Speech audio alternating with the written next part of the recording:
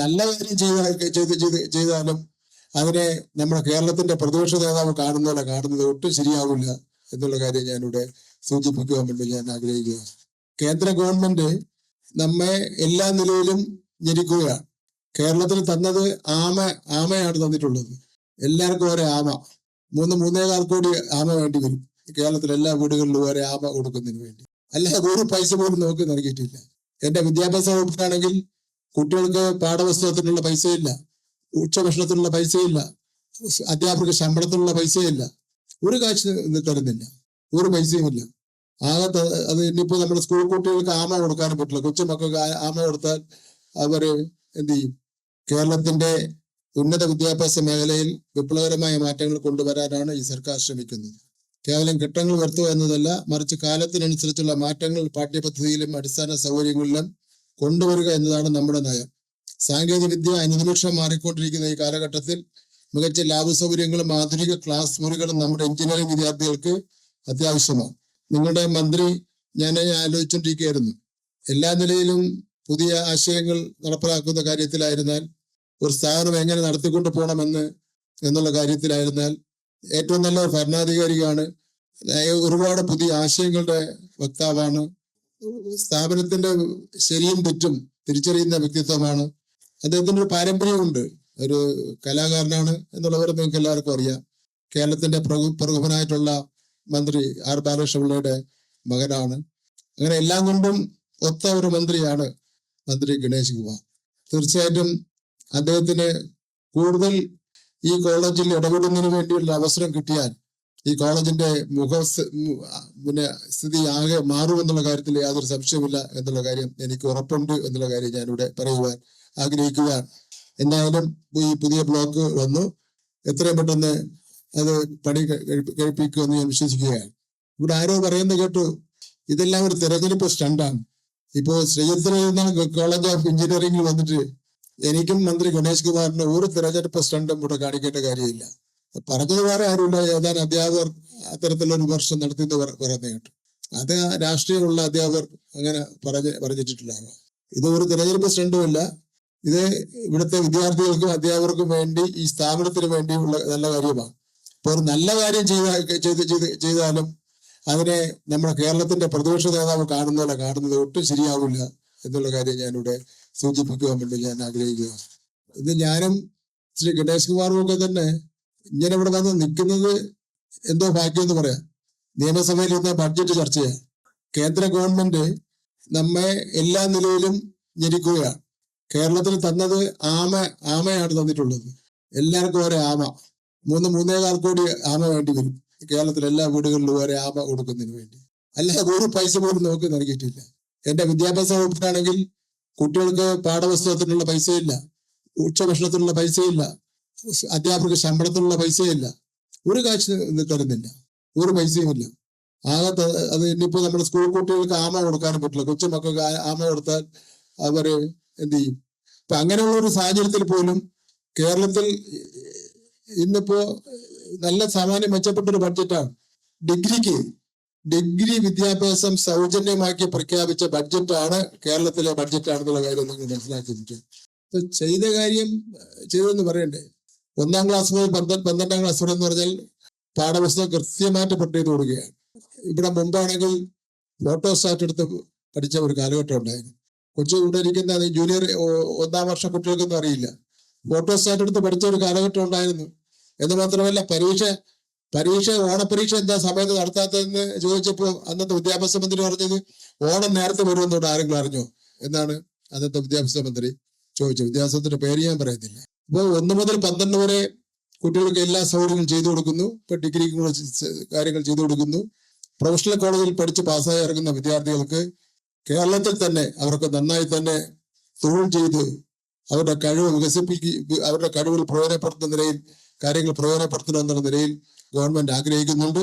ചിത്തിരനാൾ college of engineering എന്ന് പറഞ്ഞാൽ സംസ്ഥാനത്തും ദേശീയ അടിസ്ഥാനത്തിലും അറിയപ്പെടുന്ന ഒരു കോളേജാണ്. വെറുതെ അതും ഇതും പറഞ്ഞ് ഈ കോളേജിന്റെ അന്തസ്സിനെ നശിപ്പിക്കല്, ഇതിന്റെ നിലവാരത്തെ ഒട്ടും പുറകോട്ടടിച്ച് കാണിക്കല് എന്നുള്ള കാര്യം മാത്രം സൂചിപ്പിച്ചുകൊണ്ട് ഇങ്ങനൊരു സംരംഭത്തിന് മുൻകൈയെടുത്ത് ഇവിടെ ഈ ശിലാസ്ഥാപനം നടത്തിയ മന്ത്രിയെ ഞാൻ അഭിനന്ദിക്കുന്നു. ഒരു കാര്യം ഞാൻ മന്ത്രി ഗണേശന് വേണ്ടി കൂടെ ഞാൻ പറയാം, MLA എന്നുള്ള നിലയിൽ ഇത് പറഞ്ഞ തീയതിക്കുള്ളിൽ തന്നെ ഈ ഘട്ടം പൂർത്തീകരിക്കും. അന്ന് ഈ പറഞ്ഞവർക്ക് നമുക്ക് നേരിൽ കാണാം എന്നുള്ള കാര്യം മാത്രം സൂചിപ്പിച്ചുകൊണ്ട് എന്റെ വാക്കിൽ അവസാനിപ്പിക്കുന്നത്. ഞാൻ നമസ്കാരം. അപ്പൊ എനിക്ക് ഈ കോളേജുമായിട്ടൊരു വല്ലാത്ത ബന്ധമുണ്ട്. കാരണം ഇതിന്റെ ഒരു പ്രധാന ചടങ്ങുകളിലെല്ലാം, പ്രധാന വികസനത്തിലെല്ലാം പങ്കാളിയാവാൻ എനിക്ക് അവസരം കിട്ടിയിട്ടുണ്ട്. അന്നത്തെ കാലത്ത് ഈ ഏറ്റവും കൂടുതൽ ഞാൻ 2001 ഈ ബയോടെക്നോളജി തുടങ്ങുന്നത്. അപ്പൊ ബയോടെക്നോളജി വല്ലാതെ വളർന്നു വരാൻ സാധ്യതയുള്ളൊരു കോഴ്സാണ് എന്ന് അന്ന് പല വിദഗ്ധരും പറഞ്ഞതിന്റെ അടിസ്ഥാനത്തിലാണ് നമ്മൾ ബയോടെക്നോളജി ഇവിടെ തുടങ്ങുന്നത്. അന്ന് വേറെ ഇവിടെ അടുത്തൊരു കോളേജിലും ബയോടെക്നോളജി ഇല്ല. ഓട്ടോമൊബൈലാണ് മെയിനായിട്ട് ഉദ്ദേശിച്ചത്. അത് KSRTCയുടെ പാപ്പനംകോട് വർക്ക്ഷോപ്പിനെയും കൂടി ഉപയോഗപ്പെടുത്തി മുന്നോട്ട് പോകാവുന്ന ലക്ഷ്യത്തോടെയാണ് ഇത് തുടങ്ങുമ്പോൾ. ഓട്ടോമൊബൈൽ ഉണ്ടാക്കുന്നത് എൻ്റെ പിതാവാണ്. അദ്ദേഹമാണ് ഓട്ടോമൊബൈൽ വേണം എന്ന് നിർബന്ധപ്പെടുത്തി. പിന്നെ എൻ്റെ മനസ്സിലെ ആശയം അന്ന് നാനോ ടെക്നോളജിയിലേക്ക് മാറണമെന്നാണ്. ഇപ്പോൾ ഞാൻ നിങ്ങളുടെ അടുത്ത് പറയുന്നത്, ഈ കോളേജിൽ 2 പുതിയ കോഴ്സുകൾ ഉണ്ടാക്കണം. വളരെ ഈ രാജ്യത്തിനും ഈ ലോകത്തിനും അത്യന്താപേക്ഷിതമായ 2 കോഴ്സ്. ഒന്ന് നാനോ ടെക്നോളജിയിൽ ഒരു കോഴ്സ് ഉണ്ടാകുന്നതിനെ പറ്റിയിട്ട് പ്രിൻസിപ്പലും മറ്റുള്ള അധ്യാപകരും വിദഗ്ധരും ചേർന്ന് ആലോചിക്കണം. അതോടൊപ്പം ഇന്ത്യയിൽ എവിടെയും ഇല്ലാത്ത ഒരു കോഴ്സ് ഞാൻ പറയാം. എൻ്റെ മനസ്സിലെ ഒരു ആശയമാണ്. അതുകൊണ്ടുള്ള ഗുണം എന്താണെന്നൊക്കെ ഞാൻ പറഞ്ഞുതരാം. ഞാൻ വെറുതെ ആശയങ്ങൾ അടിച്ചുവിടും, ചിലപ്പോൾ അതങ്ങ് നടക്കും. ഞാൻ അതിനുവേണ്ടി ഒരു ശ്രമം നടത്താൻ ട്രാൻസ്പോർട്ട് സ്പെഷ്യൽ സെക്രട്ടറി ആയ ശ്രീ നൂഹ് IAS ചുമതലപ്പെടുത്തിയിട്ടുണ്ട്. കാരണം അതൊന്ന് അതിന്റെ കാര്യം പറയുന്നില്ല, സിവിലുമായി ബന്ധപ്പെട്ടതാണ്. സിവിൽ കൺസ്ട്രക്ഷനോടൊപ്പം റോഡ് ഡിസൈനിങ് കൂടി നമ്മൾ പ്ലാൻ ചെയ്യണം. നമ്മുടെ റോഡുകൾ ശാസ്ത്രീയമായല്ല ഡിസൈൻ ചെയ്യുന്നത്. നമ്മുടെ പല റോഡുകളും വളരെ മനോഹരമായി പണി തീരുമ്പോൾ അപകടങ്ങൾ വർദ്ധിക്കുകയും മരണങ്ങൾ ഉണ്ടാകുകയും ചെയ്യാണ്. അപ്പൊ അതിന്റെ കാര്യം വെച്ചാൽ ബ്ലാക്ക് സ്പോട്ടുകളുടെ എണ്ണം കൂടി വരികയാണ്. റോഡ് നവീകരിച്ച് കഴിയുമ്പോൾ ബ്ലാക്ക് സ്പോട്ട് ഇല്ലാത്ത ഒരു റോഡിൽ ഒരു 6 സ്ഥലത്തെങ്കിലും ബ്ലാക്ക് സ്പോട്ട് ഉണ്ടാവുകയാണ്. നിരന്തരമായ അപകടവും മരണവും സംഭവിക്കുകയാണ്. അതിന്റെ കാരണം എന്ന് പറയുന്നത്, എവിടെയാണ് ടേൺ ചെയ്യേണ്ടത്, എവിടെയാണ് വളവ്, എവിടെയാണ് ഐലൻഡ്, ഒരു ഫ്ലൈ ഓവർ കൺസ്ട്രക്ട് ചെയ്യണം. ഈ ഫ്ലൈ ഓവർ എങ്ങനെ വന്ന് ഇറങ്ങണം എന്നിപ്പോഴില്ല. ഫ്ലൈ ഓവർ അങ്ങ് പണിയുന്നു എന്നുള്ളത്. നമ്മൾ എറണാകുളത്ത് പോയി നോക്കിയാൽ എറണാകുളത്ത് വൈറ്റിലയിൽ ഒരു ഫ്ലൈ ഓവർ ഉണ്ട്, അടിയിൽ കൂടെ മെട്രോ പോകുന്നുണ്ട്. ഒരു പ്ലാനിങ്ങും ഇല്ലാതെ തൂണുകൾ ഇരിക്കുന്ന കണ്ടാൽ ആ വഴി ഒരു വണ്ടി താഴെ. ഈ അടുത്ത കാലത്ത് വൈറ്റിലെ കുരുക്കഴിക്കാൻ വേണ്ടി ഞങ്ങളൊരു വലിയ ശ്രമം നടത്തി. 1.5 കോടി രൂപ ഇപ്പൊ അനുവദിച്ചിരിക്കുകയാണ് വൈറ്റിലെ കുരുക്കഴിക്കാൻ വേണ്ടി. എന്താ കാര്യം? ഈ തൂണുകൾ അശാസ്ത്രീയമായി തൂണുകൾ അവിടെ ഇവിടേക്ക് വെച്ച്. അപ്പൊ ഈ റോഡിൽ കൂടെ വണ്ടി പോകുന്നതിനെ പറ്റി ചിന്തിക്കാതെ പാലം അങ്ങ് പണിഞ്ഞു. താഴെ കൂടെ വണ്ടി പോകും എന്ന കാര്യം ഈ പാലം പണിഞ്ഞാൽ ചിന്തില്ല. അയാളെ സംബന്ധിച്ച് പാലം പണിയാന്നുള്ള ജോലി മാത്രമേ ഉണ്ടായിരുന്നുള്ളൂ. താഴെ എന്ത് സംഭവിക്കും? താഴെ ഭയങ്കര കുഴപ്പം സംഭവിച്ചു, ആകെ കുരുക്കായി. ഈ പാലത്തിൽ കൂടെ പോകുന്നവരുടെ എണ്ണം കുറവും, മേളിൽ കൂടെ പോകുന്നവരുടെ എണ്ണം കുറവും. ഏറ്റവും കൂടുതൽ വണ്ടി വരുന്ന താഴെ ഭയങ്കരമായ കാരണം. അവിടെ നമ്മൾ വൈറ്റിലെ ജംഗ്ഷനിൽ പോയി നോക്കിയാൽ ഭയങ്കര കൺഫ്യൂഷനാണ്. അതിന് എങ്ങും തിരിയാനൊക്കില്ല. തൂണുകൾ വശക്കേടായിട്ട് വെച്ചിരിക്കുകയാണ്. ഇതിന്റെ ഈ പാലം പണിഞ്ഞപ്പോൾ കൃത്യമായി താഴത്തെ ട്രാഫിക് കൂടെ പരിഗണിച്ചുകൊണ്ട് അതിൽ ടേൺ ചെയ്യാനുള്ള സൗകര്യങ്ങളൊക്കെ കൊടുത്തിട്ട് അതിൽ തൂണ് പണിതിരുന്നെങ്കിൽ പാലത്തിന് ബലവും കിട്ടിയാലേ ഈ കുരുക്കൊഴിഞ്ഞ. ഇപ്പൊ കുരുക്കൊഴിക്കാൻ വലിയ പാടായി മാറിയിരിക്കുകയാണ്. താഴെ മൊത്തം സിമന്റ് ഇട്ട് ഇങ്ങനെ ഐലൻഡ് പോലെ ഉണ്ടാക്കി വെച്ചിരിക്കുകയാണ്. വണ്ടി തിരിയില്ല, ബസ് തിരിയാൻ പറ്റില്ല, കാർ തിരിയാൻ പറ്റില്ല. അങ്ങനെ ആകെ കുഴപ്പമാണ്. അത് തല്ലിപ്പൊട്ടിച്ച് കളഞ്ഞ് പുതുക്കി പണിയാനാണ് 1.5 കോടി. എന്നാലും അത്രത്തോളം ശരിയാവും നമുക്ക് അറിഞ്ഞുകൂടാ. കാരണം അതാണ് പ്ലാനിങ് ഇല്ല. അപ്പൊ ഞാൻ പറയുന്നത്, സിവിൽ വിഭാഗവുമായി ബന്ധപ്പെടുത്തി റോഡ് ഡിസൈനിങ് ഓട്ടോമൊബൈലിലൂടെ പഠിപ്പിക്കുന്നുണ്ട്.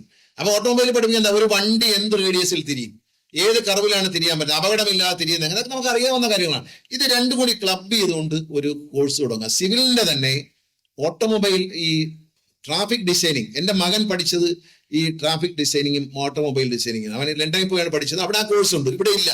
നമ്മൾ അത്തരത്തിലുള്ള കോഴ്സ് തുടങ്ങും. ഞാൻ ഉദ്ദേശിക്കുന്നത് അവൻ പഠിച്ചതല്ല. അവൻ പഠിച്ച automobile designing and traffic designing ആണ്. ഇത് ഞാൻ പറയുന്ന അതല്ല.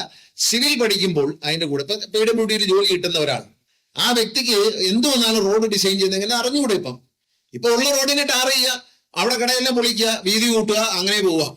അപകടങ്ങൾ വർദ്ധിച്ചു വരുമ്പോൾ ഈ ബ്ലാക്ക് സ്പോട്ട് ഞങ്ങളെ പരിശോധിച്ചപ്പോൾ ഈ പുതിയതായി പണിത റോഡുകളിലാണ് ഏറ്റവും കൂടുതൽ ബ്ലാക്ക് സ്പോട്ട് വരുന്നത്. 6 ബ്ലാക്ക് സ്പോട്ടൊക്കെ ഒരു സ്ഥലത്ത് പുതുതായി പണി കഴിയുമ്പോൾ വരുന്നത്. അപ്പൊ അതുകൊണ്ട് ഈ ബ്ലാക്ക് സ്പോട്ട് ഒഴിവാക്കാനൊക്കെ ചെയ്യണമെന്നുണ്ടെങ്കിൽ ഇപ്പൊ നമ്മൾ മദ്രാസിൽ പോയി കഴിഞ്ഞാൽ, എയർപോർട്ടിൽ ഇറങ്ങിയാൽ അവിടെ ഒരു വലിയ ഫ്ലൈ ഓവർ കാണാം. ബഹുമാനപ്പെട്ട മന്ത്രി ശ്രീ ശിവൻകുട്ടി അവറുകൾ എത്തിയിട്ടുണ്ട്. അദ്ദേഹം വേദിയിലേക്ക് വരികയാണ്. ഞാൻ ദീർഘിപ്പിക്കുന്നില്ല. അദ്ദേഹം വന്നാൽ ഉടനെ അദ്ദേഹത്തിന്റെ പ്രസംഗമായിരിക്കും. അദ്ദേഹത്തിന് ഇത് കഴിഞ്ഞ് പ്രോഗ്രാം ഉണ്ട്. എനിക്കും പത്തനാപുരത്ത് എത്തേണ്ട അത്യാവശ്യമുണ്ട്. അപ്പൊ ഞാൻ പറഞ്ഞു വന്നത്, ഈ ഇത്തരത്തിലുള്ള കോഴ്സുകൾ നമ്മൾ തുടങ്ങണം പുതിയതായിട്ട്. കാരണം നമ്മൾ പഠിച്ചുകൊണ്ടിരിക്കുന്ന പല കോഴ്സുകൾക്കും ജോലി സാധ്യതയില്ലാത്ത അവസ്ഥയുണ്ട്. അപ്പൊ അതുകൊണ്ട് ഈ സിവിൽ ഓട്ടോമൊബൈൽ ഈ റോഡ് ഡിസൈനിങ് എന്ന് പറഞ്ഞ ഒരു ശാഖ ആരംഭിക്കേണ്ടതുണ്ട്. കാരണം നമുക്ക് കെട്ടിടം പണിയാൻ നമ്മുടെ എഞ്ചിനീയർമാർക്ക് അറിയാം, പക്ഷെ റോഡ് പണിയുന്നതിന് പ്രത്യേകിച്ച് ഒരു പരിശീലനം ആരും നേടിയിട്ടില്ല. അപ്പൊ ആ റോഡുകൾ ഇപ്പോൾ മദ്രാസിൽ പോയാൽ കത്തിപ്പാറ ഫ്ലൈ ഓവർ, ആ ഫ്ലൈ ഓവർ പല ഫ്ലൈ ഓവറാണ്. അത് പിന്നെ അതിന്റെ പുറത്തുകൂടെ വേറെയും ഫ്ലൈ ഓവർ വരെയാണ്. പക്ഷേ ഈ ഫ്ലൈ ഓവർ കയറി ഇറങ്ങിക്കഴിഞ്ഞാൽ എല്ലാ രാജ്യത്തും നമ്മളൊരു ട്രാക്ക്, ഒരു ലൈൻ ഇട്ടിട്ടുണ്ടെങ്കിൽ ആ ലൈനിൽ കൂടെ അങ്ങ് പോയി കഴിഞ്ഞാൽ നേരെ നമ്മൾ എത്തേണ്ട കിലോമീറ്റർ 100 കിലോമീറ്റർ അപ്പുറത്തുള്ള സ്ഥലത്തേക്ക് പോകും. ഒരു ഫ്ലൈ ഓവറിലാണ് ഇതെല്ലാം തിരിയുന്നത്. ഗൾഫിലൊക്കെ പോയി കഴിഞ്ഞാൽ അറിയാം, അവിടെയൊക്കെ വണ്ടി ഓടിക്കുമ്പോൾ മനസ്സിലാവും. അപ്പൊ അതുപോലെ നമ്മുടെ എല്ലാ റോഡുകളും ഡിസൈൻ ചെയ്യുമ്പോൾ അതിനെ അപകടരഹിതമായി കൊണ്ടുപോകാനുള്ള, അപകടം വരാനുള്ള സാധ്യതകൾ മനസ്സിലാക്കി അത് ഒഴിവാക്കാൻ ഡിസൈൻ ചെയ്യുമ്പോൾ തന്നെ ഉണ്ടാവണം. നമ്മളിപ്പോൾ KSTP റോഡ് എങ്ങനെയാണ് പണിയെന്നറിയാം. ഗൂഗിൾ മാപ്പ് എടുത്തു വെച്ചിട്ട് ഒരു കമ്പനിയിൽ ഇരുന്ന് ബോംബെയിലോ ഡൽഹിയിലോ ഇരുന്ന് വരയ്ക്കുകയാണ്. ഗൂഗിൾ മാപ്പിൽ റോഡ് കാണുന്നു, ആ റോഡിനെ വീതി കൂട്ടുന്നു, പറ്റുന്നിടത്തെല്ലാം നേരെയാക്കുന്നു, സ്ഥലം ഉള്ളിടത്ത് എടുക്കുന്നു, അല്ലാത്തടത്ത് അങ്ങ് പോകുന്നു. അവിടെ സൈഡിലുള്ള കെട്ടിടങ്ങൾ കുഴിക്കാത്ത പോയോ, കെട്ടിടങ്ങൾ മലയുടെ മേളിലായി പോയോ ഒന്നും ഒരു പ്രശ്നമല്ല. മണ്ണങ്ങെടുത്തു, കാറും വീടും ഒക്കെ മേളിൽ കിടപ്പുണ്ട്, കുഴിക്കാത്ത കിടക്കുന്നവർ കയറാൻ നിവൃത്തിയില്ല. അങ്ങനെ റോഡിന്റെ ഡിസൈൻ ചെയ്തുകൊണ്ടിരിക്കുന്നത് ഗൂഗിൾ മാപ്പ് നോക്കിയിട്ടാണ്. അപ്പൊ അങ്ങനെ റോഡ് ഡിസൈൻ ചെയ്തിട്ട് കാര്യമില്ല. അതിന്റെ പ്രാദേശികമായ സ്ഥലം സന്ദർശിച്ച് അവിടുത്തെ സിറ്റുവേഷൻ മനസ്സിലാക്കി, അവിടുത്തെ ഭൂപ്രകൃതി മനസ്സിലാക്കി അത് ചെയ്യണം. അത് ചെയ്യുന്നതിനുള്ള ഒരു കോഴ്സ് കണ്ടുപിടിച്ച് അല്ലെങ്കിൽ നമ്മൾ അതിനൊരു സംവിധാനം ഉണ്ടാക്കിയെടുക്കണം യൂണിവേഴ്സിറ്റിയിൽ എന്ന് ഞാൻ ശ്രീ നൂഹിന് നിർദ്ദേശം കൊടുത്തിട്ടുണ്ട്. അദ്ദേഹം അത് ചെയ്യാം എന്ന് പറഞ്ഞിട്ടുണ്ട്. ഞാൻ പ്രിൻസിപ്പലിനോടും ഇക്കാര്യം സംസാരിച്ചിട്ടുണ്ട്. അത്തരത്തിലൊരു നല്ല കോഴ്സ് നമുക്ക് തുടങ്ങണം.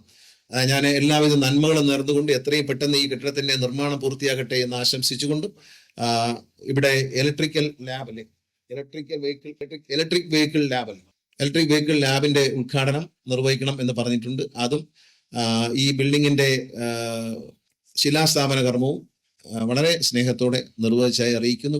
നന്ദി, നമസ്കാരം, ജയ് ഹിന്ദ്. നിങ്ങൾ ഈ KSRTCയിലെ പാപ്പറങ്കോട് വർക്ക്ഷോപ്പിൽ ഇൻവെൻഷൻസ്, നിങ്ങൾ പഠിക്കുന്ന ഓട്ടോമൊബൈലിൽ പഠിക്കുന്ന കുഞ്ഞുങ്ങളാണ്, നിങ്ങൾക്ക് ഇൻവെൻഷൻസ് നടത്താനുള്ള ഒരു ലാബ് സ്ഥാപിച്ചിട്ടുണ്ട്. അത് നിങ്ങൾ KSRTC MD ഇവിടെ പഠിച്ച ആളാണ് പ്രമോദ് ശങ്കർ, അദ്ദേഹമായിട്ട് ബന്ധപ്പെട്ട് നിങ്ങളത് യൂസ് ചെയ്യണം. അവിടെ സോഫ്റ്റ്വെയറും കാര്യങ്ങളെല്ലാം ഉണ്ട്. നമ്മുടെ KSRTC ജോലി ചെയ്യുന്ന വിനോദ് ഇവിടെ ഉണ്ട്. വിനോദ് ഒരു 4-5ഓളം സാധനങ്ങൾ കണ്ടുപിടിച്ചിട്ടുണ്ട്. അതിന്റെ പേറ്റന്റ് എടുക്കാൻ വേണ്ടി കൊടുത്തിരിക്കുകയാണ്. അതിൽ ഏറ്റവും പ്രധാനമായി അവസാനം ഞാൻ കണ്ടത് ഇന്നിപ്പോ അദ്ദേഹം ഓൾവോയുടെ ബ്രേക്ക് ഡിസ്ക് കിട്ടാത്തൊരു പാർട്സ് ആണ്, അത് ഉണ്ടാക്കി കൊണ്ടുവന്നിട്ടുണ്ട്. അത് കാണാൻ സമയം കിട്ടില്ല, നാളെ കാണാമെന്ന് പറഞ്ഞു. പക്ഷേ നമ്മൾ ഈ പുതിയ Euro 6, Euro 4 പോലുള്ള വണ്ടികളിൽ നമ്മൾ ഈ ആഡ് ബ്ലൂ ചേർത്ത് വരുമ്പോൾ ഈ എക്സോസ്റ്റിലൂടെ പുക പുറത്തേക്ക് വരുന്ന ഫിൽറ്റർ ചെയ്യുന്ന ഒരു ഫിൽറ്റർ ഉണ്ട്. ഈ ഫിൽറ്റർ ചോക്ക് ചെയ്യും ചില സമയത്ത് കയറിയിട്ട്. അപ്പൊ ഈ ഫിൽറ്റർ നമ്മളൊരു 1,00,000 കിലോമീറ്റർ ഓടുന്നതിലേക്ക് മാറ്റി 1-2 പ്രാവശ്യം ക്ലീൻ ചെയ്യേണ്ടി വരും. കാറിലൊക്കെ ആണെങ്കിൽ അത് ഷോക്ക് ചെയ്ത് കഴിഞ്ഞാൽ തള്ളിക്കളയാനുള്ള സംവിധാനമുണ്ട് ചില കാറുകളിലൊക്കെ, മഹേന്ദ്രയുടെ വണ്ടിയിലൊക്കെ ഉണ്ട്. പക്ഷെ ഇത് ക്ലീൻ ചെയ്യാനായിട്ട് 10,000 രൂപയാണ് നമ്മൾ കൊടുക്കുന്നത്. മദ്രാസിൽ അയച്ചേ ക്ലീൻ ചെയ്യാൻ പറ്റുള്ളൂ. പക്ഷെ വിനോദ ഒരു മെഷീൻ കണ്ടുപിടിച്ച മെഷീന്റെ ചെലവ് 11,000 രൂപയാണ്. ഒരു ദിവസം 4 ഫിൽറ്ററുകൾ ആ മെഷീനകത്ത് ക്ലീൻ ചെയ്യാൻ പറ്റും. ഇത് പ്യുവർലി പാപ്പനംകോട് ഡിപ്പോയിൽ വിനോദ് കണ്ടെത്തിയ, അദ്ദേഹം ഇൻവെന്റ് ചെയ്ത, അദ്ദേഹം ഡിസൈൻ ചെയ്ത് ഉണ്ടാക്കിയ ഒരു ഉപകരണമാണ്. ഇത്തരം ഉപകരണങ്ങൾ തൊട്ടടുത്ത് തന്നെ ഉണ്ട്. നിങ്ങൾ അത് പോയി കാണുകയും ഒരു ശാസ്ത്രജ്ഞയാവുക എന്ന ലക്ഷ്യത്തോടു കൂടി വേണം പഠിക്കാൻ. അല്ല എനിക്ക് PWDയിൽ ഒരു എഞ്ചിനീയർ ആവണം, വാട്ടർ അതോറിറ്റിയിൽ എഞ്ചിനീയർ ആവണം, അതല്ല നമ്മുടെ ലക്ഷ്യം. ശാസ്ത്ര രംഗത്ത് എങ്ങനെ വളർന്നു വരാം എന്ന് ചിന്തിക്കണം. അതിന് എൻ്റെ റിക്വസ്റ്റ് ആണ്. അതുകൊണ്ട് നിങ്ങൾ അവിടെ പോയി കാണുകയും അത്തരത്തിലുള്ള എന്തെങ്കിലും ആശയങ്ങൾ നിങ്ങളുടെ മനസ്സിലുണ്ടായാൽ അത് പൂർത്തീകരിക്കാനുള്ള സൗകര്യം KSRTCയുടെ പാപ്പനംകോട് വർക്ക്ഷോപ്പിൽ നിങ്ങൾക്ക് ചെയ്തു തരും.